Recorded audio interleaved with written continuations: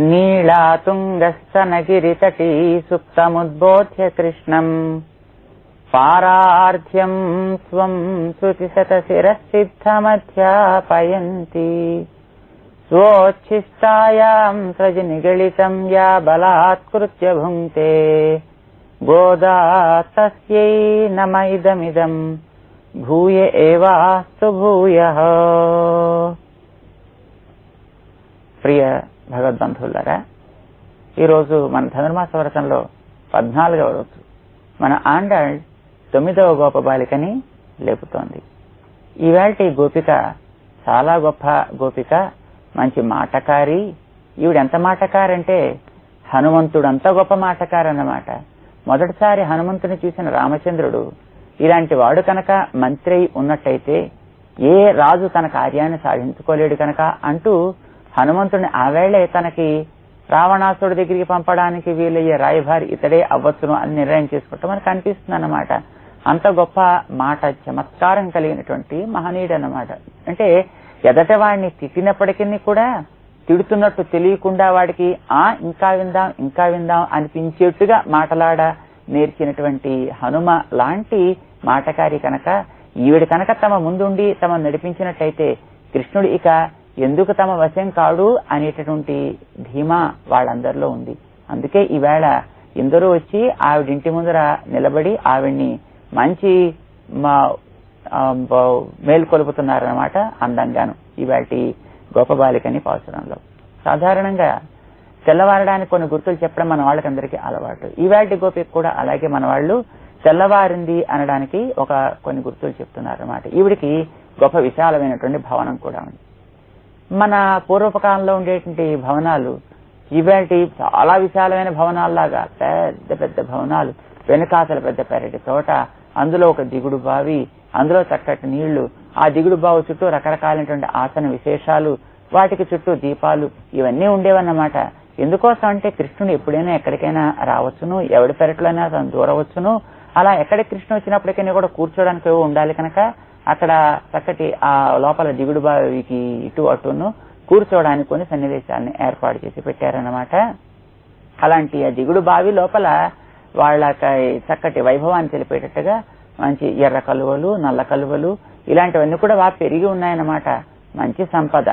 వీళ్ళకి అలాంటి వాటిని కూడా తెల్లవారడానికి గుర్తిగా చెప్పి మేల్కొలపాలి అని ఈనాటి పాసురంలో వివరిస్తారన్నమాట. మన ఆండాళ్ చాలా అద్భుతమైనటువంటి ప్రకృతి సౌందర్యాన్ని భావించ నేర్చినటువంటి తల్లి. దాన్ని దైవీ ప్రవృత్తి కింద మార్చి భగవంతుడిని ఆ ప్రకృతి సౌందర్యం దర్శిస్తూ అనుభవిస్తుంది. ఇది దోషం కాదు అని అంటారన్నమాట. మన ఆండాళ్ తల్లి ఇవాళ మేల్కొలపడానికి కలువలని గుర్తుగా చూపించడంతో పాటు వెళ్లేటటువంటి ఆరాధకుల యొక్క ప్రవృత్తిని కూడా మనకు చూపిస్తుంది అన్నమాట. సాధారణంగా లోపల ఉండేటటువంటి జ్ఞానం వికసించడానికి పెద్దల యొక్క ఉపదేశం మనకు అవసరం. మొట్టమొదట మనలో సాత్వికమైనటువంటి ప్రవృత్తి నేర్చుకోవాలి, అలవడాలి అనేటువంటి జిజ్ఞాస ఏర్పడితే పెద్దల యొక్క వాక్కుల్ని మనం అర్థం తెలియకుండా విన్నప్పటికీ కూడా కొంతకాలానికి మనలో అజ్ఞానాన్ని కలిగిస్తాయి. కొంతకాలం అది అలా అభ్యాసం చేస్తూ ఉండగా మనలో ఉండేటటువంటి ప్రవృత్తులు మనం అరికట్టుకోగలుగుతాం. సాధారణంగా ప్రతి మనిషికి రకరకాల కోరికలు ఉంటాయి. ఆ కోరికలను పొందాలని ఆరాటం ఉంటుందన్నమాట. మొట్టమొదట మనిషి సాధించవలసినది ఏమిటి అంటే పెద్దల ఉపదేశ ప్రభావం చేత మనసులో ఉండేటటువంటి కోరికల్ని వాటిని కొంచెం అరికట్టడం. వస్తువులు తాను అనుభవిస్తున్నప్పటికీ కూడా ఆ కోరికల్ని వాటిని కొంచెం అరికట్టే మనసుని వాటి నుంచి కొద్దిగా వెనక్కి లాగేటువంటి ప్రయత్నం చేస్తాడు. కొంతకాలం వస్తువులు లభించకపోతే అయ్యయ్యో అంటూ లభించలేదే అని బాధపడడం, లభిస్తే ఆనందంతో పొంగిపోవడం జరుగుతూ ఉంటాయి. కానీ కోరికల్ని అరికట్టడం ప్రారంభించగానే కొంతకాలానికి ఒకవేళ వస్తువులు లభించకపోయినా లభించినప్పటికీ కూడా మనస్సులో వాటికి సంబంధించినటువంటి ఉద్రేకాలు ఉన్నప్పటికీ కూడా వాటిని పైకి వ్యక్తం చేయకుండా ఉండగలిగేటటువంటి ఒక స్థితి ఏర్పడుతుంది అన్నమాట. లభించిన దాంతో తృప్తి పడదాం అని అనిపిస్తుంది. అపేక్ష తగ్గించుకుని కొంతకాలం దాన్ని కూడా అభ్యాసం చేస్తూ ఉన్నప్పుడు అతడికి మనస్సులో ఉండేటటువంటి ఒక సహించగలిగే ఏది తనకి లభించినా ఏది తనకి దూరంగా తొలగిపోయినప్పటికీ కూడా దాన్ని సహిస్తూ మానసికమైన ఉద్రేకాలు కూడా కొంతవరకు తగ్గేటటువంటి స్థితి కలుగుతుంది. ఇట్లా కొంతకాలం తాను అభ్యాసం చేసిన తర్వాత ఏది తనకి ఎలా లభించినప్పటికీ కూడా అసలు కోరికలు అనే వాటి వైపు తన మనస్సు వెళ్లకుండా ఉండగలిగేటటువంటి, ఎప్పుడూ కూడా తాను ఉన్నటువంటి స్థితిలో తన కర్తవ్యాన్ని పరిపాలన చేస్తూ భగవంతుని సదా అనుభవించే స్థితి ఏర్పడుతుంది. ఇది ధ్యానం చేసుకునేటువంటి సమయంలో. మరికొంతకాలం ఈ అభ్యాసం సాగిస్తూ పెద్దల యొక్క వాక్కులను శ్రవణం చేస్తూ, ఎప్పుడు కూడా పెద్దల వాక్ శ్రవణం అనేట మనం వెళ్ళడానికి వీల్లేదు. నిత్య కర్మానుష్ఠానం మానడానికి వీల్లేదన్నమాట. ఆచరించేటువంటి కర్మానుష్ఠానం మనలో కలిగించేటటువంటి ఉద్రేకాలని, మనలో కలిగించే కోరికల్ని అరికట్టడానికి మాత్రం ఎప్పుడు మనం మళ్ళీ శాస్త్రాభ్యాసం చేస్తూ ఉండడం, పెద్దల యొక్క వాక్ శ్రవణం చేస్తూ ఉండడం చేయాలి. ఇది ఎప్పుడు జీవితం ఉన్నంత వరకు తను చేయాల్సినటువంటి పని అన్నమాట. ఇలా కొంతకాలం చేస్తుంటే, ధ్యానం చేస్తూ ఉండేటప్పుడు మాత్రమే తనకి ఏ ఇతరమైన వికారాలు లేని ఒక పరిపూర్ణ ఆనందమైనటువంటి స్థితి ఏర్పడుతుంది. అప్పుడు తను చేసేటువంటి ప్రవృత్తి, ఆడేటువంటి మాట, కలిగేటటువంటి భావన అన్ని కూడా చాలా పరమ సాత్వికమై ఉంటుంటాయన్నమాట. అప్పుడు ఇతరమైనటువంటి వాడి జోలికి తను వెళ్ళడం. సాధారణంగా కర్మలు చేసేటప్పుడు 3 రకాల త్యాగాలు ఉంటాయని కృష్ణుడు చెప్తాడు. కొంతమంది ఆ చేసేటటువంటి ఈ పనులని తమ విహితమైనటువంటి అయినప్పటికీ కూడా ఇవి కూడదు అని ఎవరు అన్నారు అనుకుంటూ వాటిని మానేస్తుంటారు. తన యొక్క బాధ్యతల్ని కూడా విస్మరిస్తారు. అలా ఎవరైతే విడవ తగనిటువంటి, తను పాటించి తీరవలసినటువంటి విధులని అతిక్రమిస్తాడో అలాంటి వాడు వదిలేటువంటి ఆ త్యాగం ఉంది, అది తామస త్యాగం అని అంటారు. మరి కొంతమంది చేద్దాం అన్నప్పటికీ కూడా దానివల్ల ఏదో చాలా ఆయాసం కలుగుతుంది, శ్రమ ఏర్పడుతుంది అని శ్రమని తలిచి కొందరు వదిలిపెట్టేస్తూ ఉంటారు. అలాంటి వాళ్ళు చేసేటటువంటి త్యాగం రాజస త్యాగం అని అంటారు. అది శ్రమ అయినప్పటికీ కూడా, క్లేశజనకమైనప్పటికీ కూడా దాన్ని ఆచరిస్తూ చేసేటటువంటిది నేను కాదు, లోపల ఉండేటువంటి పరమాత్మ యొక్క ఆజ్ఞ కనుక ఇది జరుగుతోంది అంటున్నాను. లభించేటువంటి ఫలితం కేవలం తన కోసం కాదు, ఈ అందించినాడు భగవంతుడు కనుక వాడిదైనటువంటి లోకం కోసం అంటూ ఎవడైతే ఆచరిస్తూ ఉంటాడో, ఇది తన వల్ల కాదు, భగవంతుడు అనుగ్రహించినటువంటి శిక్షలు జరుగుతోంది అంటూ ఫలసంగ కర్తృత్వ త్యాగ పూర్వకంగా ఎవడు కర్మ ఆచరణ చేస్తాడో వాడు చేసేటటువంటి త్యాగం మనసులోని భావనని త్యాగం చేయడం తప్ప కర్మ త్యాగం కాదు. ఇది సాత్విక త్యాగం అంటారు. అట్లా త్యాగం చేసిన వాడినే సన్యాసి అంటూ శ్రీకృష్ణ పరమాత్మ భగవద్గీత 18వ అధ్యాయంలో ఉపదేశం చేస్తాడు. దాన్నే తను మొదటి షట్కంలో కూడా సన్యాసీచ యోగీచ నా నిరగ్రహణ చ అక్కియ, ఎవరైతే అగ్నిహోత్రాన్ని ఆర్పివేసుకుని తన పనులని విధులు పెట్టేసి కూర్చుంటాడో అట్లాంటి వాడిని మనం సన్యాసి అని కాని, యోగి త్యాగి అని కాని అనడానికి వీల్లేదు. అనాశ్రితం కర్మఫలం కార్యం కర్మ కరోతి. తాను చేసేటువంటి కర్మ యొక్క ఫలితాన్ని కోరకుండా ఎవడు ఆచరిస్తాడో వాడు మాత్రమే త్యాగి, వాడు మాత్రమే సన్యాసి, వాడినే యోగి అని కూడా అంటాం అంటూ కృష్ణుడు వివరిస్తాడనమాట. అట్లాంటి జ్ఞానం కలిగిన మహానుభావుల యొక్క అనుభవపూర్వకమైనటువంటి ఆ వాక్కుల్ని శ్రవణం చేయడం అలాంటి వాళ్ళకి అవసరం. వాళ్ళు పూర్ణులు అని అంటాం.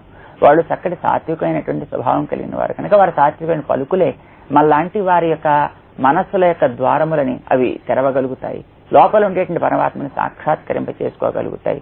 ఇది కనీసం మన అభ్యాసం చేస్తుంటేప్పుడు ధ్యాన దశలోనైనా మనకి ఆ రకమైనటువంటి ఏకాగ్రత కుదురుతుంది. ఇది కొంతకాలం సాగితే మనం పైకొచ్చి ప్రకృతిలో తిరుగుతున్నప్పటికీ కూడా చెదరనటువంటి ఒక స్థితి మనకి ఏర్పడుతుందన్నమాట. ఈనాటి గొప్ప బాలిక యొక్క స్థితి కేవలం ధ్యానంలో ఉండేటటువంటి అప్పుడు ఏకాగ్రత కలగడమే కాక, ధ్యానంలోంచి బయటికి వచ్చినప్పటికీ కూడా చెదరనటువంటి ఒక ఏకాగ్ర స్థితి. అంటే ఏ పనిలో మనం ఉన్నప్పటికీ కూడా వెనకాతలు ఉండాల్సిన భావన మనలో ఎప్పుడు కూడా సాగుతూ ఉండడం అనేది ప్రధానం. అది కలిగిన వాళ్ళు మన కనుక అనుగ్రహించినట్టయితే అప్పుడు మనలో ఉండే చీకట్లు దొరికితే మనకి తెల్లవారడం అవుతుంది. స్వచ్ఛమైనటువంటి సూర్యుడు బాగా పైకి వస్తూ ఉండేటప్పుడు ఎట్లాగైతే వస్తువులను బాగా చూడగలుగుతామో అట్లాగా లోపల ఉండేటటువంటి తత్వములను కూడా మనం దర్శించగలిగేటటువంటి యోగ్యత ఏర్పడుతుంది. అట్లాంటి గోపికని ఈవేళ మన ఆండాళ్ తల్లి 14వ పాసనంలో ఎలా మేల్కొల్పుతోందో మనం ఒకసారి అనుసంధానం చేద్దాం. ఆండాళ్ తిరువడిகளே శరణం. உங்கள் புழக்கடை தோட்டத்து வாவியுள் செங்கழு நீர் வாய் நெகிழ்ந்து ஆம்பல் வாய் கூம்பினான் செங்கல் பொடிக்கூரை வெண்பல் தவத்தவர் தங்கள் திருக்கோயில் செங்கிடுவான் போகினார் எங்களை முன்னம் எழுப்புவான் வாய் பேசும் நங்காய் எழுந்திராய் நாணாதாய் நா உடையாய் செங்கொடு செக்கரமேந்தன் தடக்கையன் பங்கைய கண்ணானை பாட ఏలోరెంబావాయి ఆండాళ్ తిరువడిகளే శరణం. ఏమర్రా మీకెందుకు భయం కనుక మీరంతా వెళ్ళి హాయిగా పడుకోండి, నేనున్నాను కదా. నేను లేవాలంటే ఏ అలారం నాకు అక్కర్లేదు, కరెక్ట్గా నేను టైంకి లేచేస్తాను. మీరు హాయిగా పడుకొని వచ్చి మిమ్మల్ని లేపుతాను కదా అంటూ వాగ్దానం చేసి వెళ్ళింది గోపబాలిక. ఇంతమంది లేచి ఇంత తెల్లవారుతున్నా ఇంకా ఆవిడ మాత్రం పడుకునే ఉంది. అన్న వాగ్దానం ఏమైపోయిందో తెలీదు. అమ్మ చాలా గొప్పదానివిలే, నీ మాటను నమ్ముకుంటే మేమంతా మరి ఇంకా చేరాల్సినటువంటి గమ్యానికి చేరినట్టే. అలాంటి పని నువ్వు చేయడం న్యాయమా నీకుది? నీ మాట మీద నమ్మకం పెట్టుకుని మేమంతా ఉంటే మమ్మల్ని ఈ రకంగా నువ్వు చేయడం నీకు తగదు కదా అంటూ మనవాళ్ళు మేలుకొలుపుతున్నారు. తెల్లవారడానికి మనవాళ్ళు గుర్తు చెప్తున్నారు. ఇందులో కొన్ని వాళ్ళు ప్రత్యక్షంగా చూస్తుండేవి, కొన్ని తాము ఊహించి చెబుతారన్నమాట. కొన్నిటిని వాళ్ళు దర్శించి వాళ్ళు విశ్వసించి ఇక్కడికి చేరారు. మనకి 3 ప్రమాణాలు. మనం అంటే వేదాన్ని విశ్వసించినటువంటి వాళ్ళు వైదికులు అని అంటాం అన్నమాట. అలాంటి వాళ్ళు 3 ప్రమాణాలను విశ్వసిస్తారు. లోకంలో కేవలం ఇంద్రియాలు కొన్నిటిని గుర్తించగలుగుతాయి. అంటే మన కన్ను రూపాన్ని, చెవి శబ్దాన్ని, ముక్కు వాసనని, నాలుక రుచిని, మన చర్మ స్పర్శని, ఆ గుర్తించే వాటిని ప్రత్యక్షాలంటాం. గుర్తించే ఇంద్రియాలను కూడా మనం ప్రత్యక్షం అంటాం అన్నమాట. దాన్ని మాత్రమే కొందరు నమ్ముతారు, వాళ్ళని చార్వాకులు అని అంటాం. వాళ్ళకి ప్రత్యక్షం ఒక్కటే ప్రమాణం. బౌద్ధులని లోకంలో కొందరున్నారు.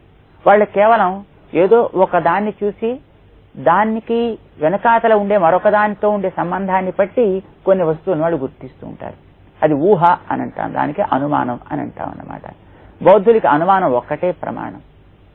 మరి కొంతమంది కేవలం వేదం మాత్రమే ప్రమాణం అనుకుంటారు. కానీ వేదాంతులమైనటువంటి మనలాంటి వాళ్ళకి 3 ప్రమాణాలు. మనకి ప్రత్యక్షం ప్రమాణమే, అనుమానం ప్రమాణమే, అలానే పెద్దలు చెప్పినటువంటి వాక్ అయినటువంటి వేదము మనకి ప్రమాణమే.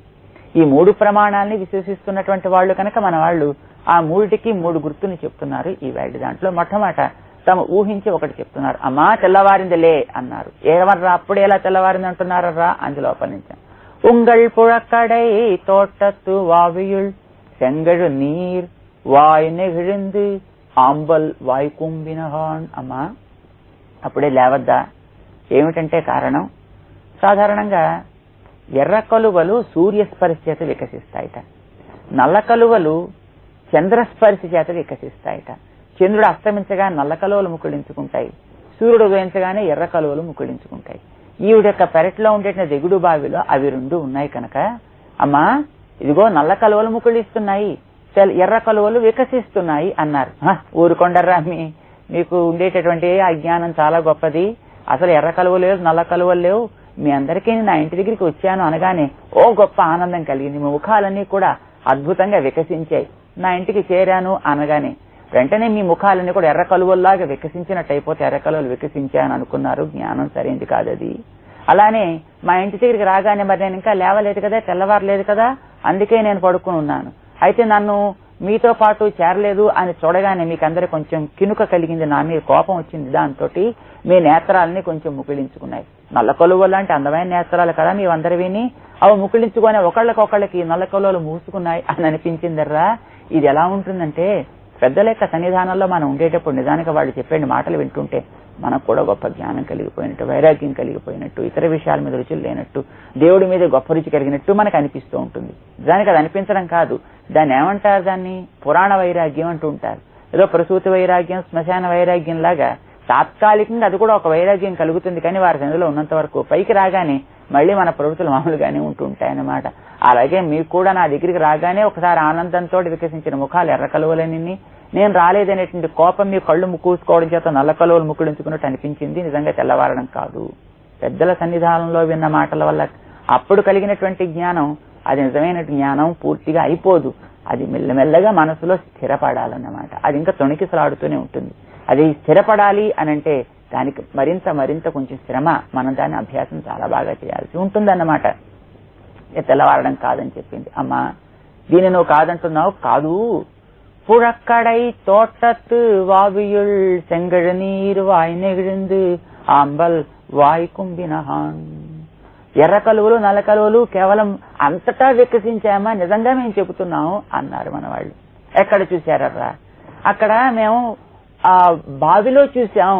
ఊరుకొండర్రా, బహుశా మీరేం చేస్తుంటారు, మీ ఇళ్లలో ఉండేటటువంటి లోపలికి వెళ్ళిపోయి చిన్నపిల్లలకి రేపు తినడానికి అప్పుడు ఈవేళ తినకూడదురా అంటూ అమ్మ ఒక పండు ఇస్తే తినేయాలనే కోరిక కలిగితే వాడు అమ్మ తింటానే, పోయి తినకూడదురా, ఏమమ్మా ఇంకా పచ్చిగా ఉంది కడుపు ఎప్పుడుందిరా, పండు అంటే ఏమిటమ్మా అంటే మెత్తగా ఉండాలిరా అంటే వాడు పెరట్లోకి తీసుకెళ్లిపోయి దాన్ని గట్టిగా ఇటు అటు బాగా నలిపేసి అమ్మ పండు పండిపోయిందే అంటాడు.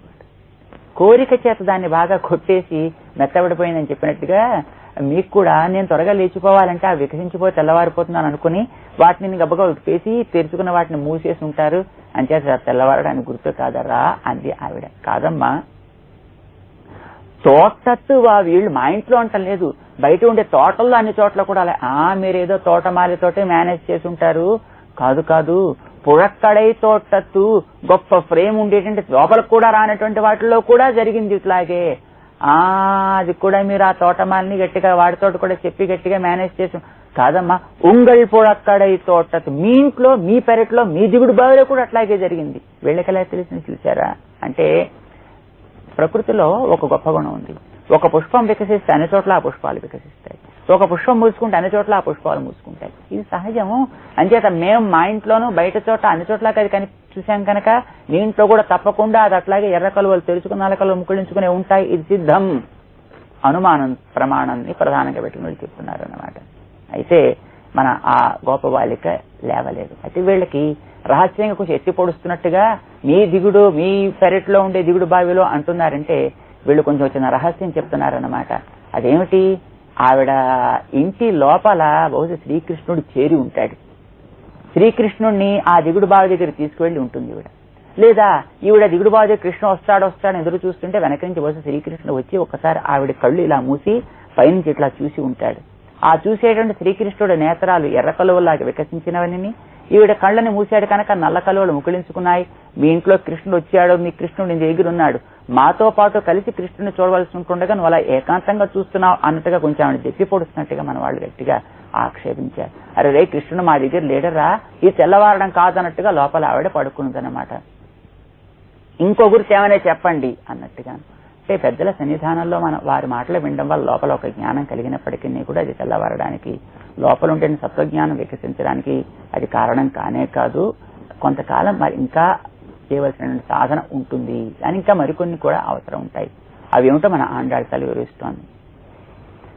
అంబల్వాయ్ செங்கல் பொடி கூரை வெண்பல் தவத்தவர் தங்கள் திருக்கோயில் செங்கிடுவான் போగినార్. అమ్మా, ఎర్ర జేగురు రాయిని అరగతీసి నీటిలో కలిపి దాంట్లో బట్టలు నాంచి ధరించినటువంటి కాషాయాంబరధారులు.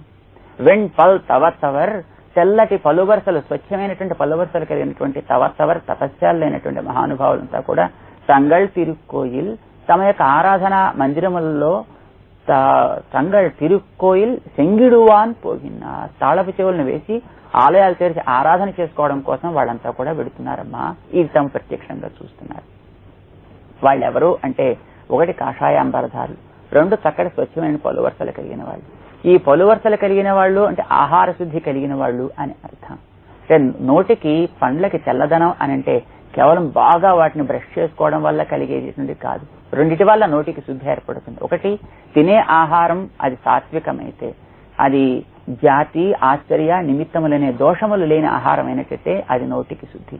మాట్లాడేటువంటి మాట అది సత్యమైనది, హితకరమైనటువంటిది, ఎదట వాళ్ళకి ప్రియమైనటువంటిది, వాళ్ళకి మంచిని చేకూర్చేటువంటి మధురమైనటువంటి మితమైనటువంటి మాట అయితే అది నోటికి శుద్ధి అని అంటే.